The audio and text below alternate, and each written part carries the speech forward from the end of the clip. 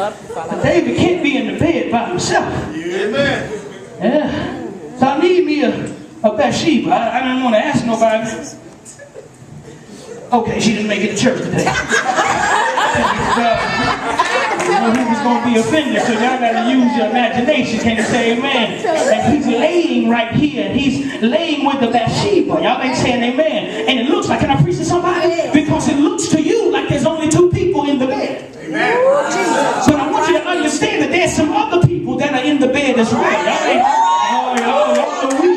It looks like it's just David and Bathsheba, and David is doing his thing. But you got to understand there is one eye that's coming from here, and then there's another eye that's coming from here. And this eye here is telling David, you can have whatever it is you want. You ain't got to check with nobody, boy. You the king. What you mean? You be thinking about letting her go home. Do what you got to do. And that's how the enemy operates. But y'all ain't saying amen. You thought it was just you and him, but there was a devil in between you causing you to keep going when you thought you ought to stop. Y'all ain't saying amen. I got to preach. But the Bible also said that the eyes of the Lord are in every place, beholding the good and the evil. Y'all ain't saying amen. So while you were doing what it is you were doing, I know you can't say amen. I'll say amen for you. God was watching, and I know y'all looking at Brother Tim saying, you know what? I ain't fornicating, I ain't committing adultery, but maybe your bed is gossip. Y'all ain't saying amen. And you done laid on the bed of gossip with somebody.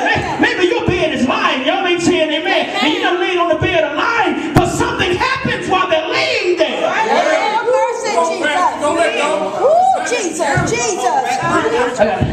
Make sure we say move.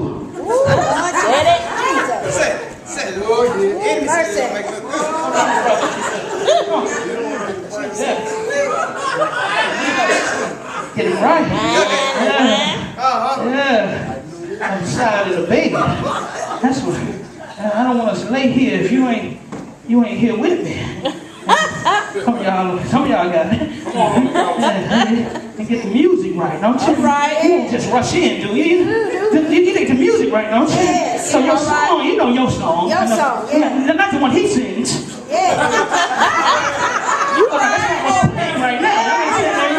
Yes, forever mine. Oh, that's right. That's way back there. That's OG. Y'all ain't saying amen. And that the forever mine is on for some of y'all. Can you say amen? Some of y'all say songs is on. Trigger, ain't that his name? His name Trigger. Trigger on for some of y'all. And some of y'all got the best you ever had on. Yeah. Saying amen. Well, whatever you have on, now you're chilling, but you don't understand that there's a consequence that must be handled. And it looks like to David it's only going to be a one-night stand. Can you say amen? But there's something that's going to happen the morning after. I feel like preaching, I gotta stop. But you know what? Even the world tried to warn us. Y'all ain't saying, what's the name? Betty White, Betty Right? Did she try to warn, whatever her name is? She said, as we lay, we forgot about the problems. As we lay, but then she said something. She said, we should have counted up the calls. But instead, we got lost in the seconds and the minutes and the hours. We both belong. Y'all ain't saying amen. And you say, I ain't got no husband, but you know your body belongs to the Lord. We both belong to somebody else. As we slept the night away, as we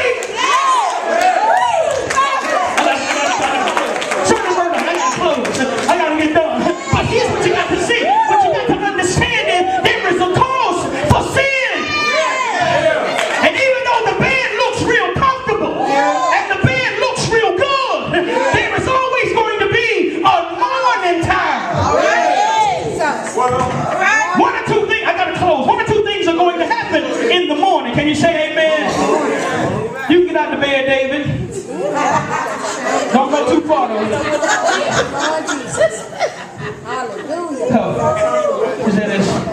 I'll give it to you. I'll give it to you, right? They told me it was Shirley Murdoch. How about that? Yeah, sure. Yeah. She starts the song off by saying, it's morning. And we slept the night away. It says, watch this. So I want you to see this, because even some of the world in music tries to help you. And you so spiritually slow, you don't even listen.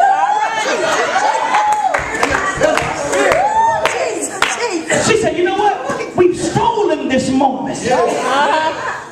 As we've stolen this moment, we forgot to face one simple fact. That's right. We both belong to someone else. as we slept the night away. And what she's trying to get you to see is what you're doing to me makes it so good that I forget about that fact that I belong to somebody else. That's right. I know you can't say amen. I'll say amen for you. I've been in some places, I've been in some sin that made me forget who I belong to. Amen. Amen. Jesus. But sin has a way of dropping you off when it's done with you. Y'all ain't saying amen. Don't nobody live in the bed. Sooner or later you got to get up and you got to go home and you feel dirty, don't you? Y'all ain't, let me hurry and get done. Amen. So I want you to see this because David is in this situation and now David has done his thing. Everybody say he through. He through. Y'all know what I'm talking about. David through. He tired. He gets him a sandwich, gets him some chips, and he's chilling.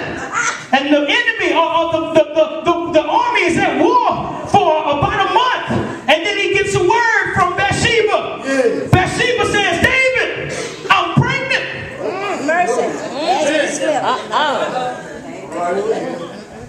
David said, we can't have this. How does it look if the king has committed adultery with one of the warriors who was serving him and got his wife pregnant?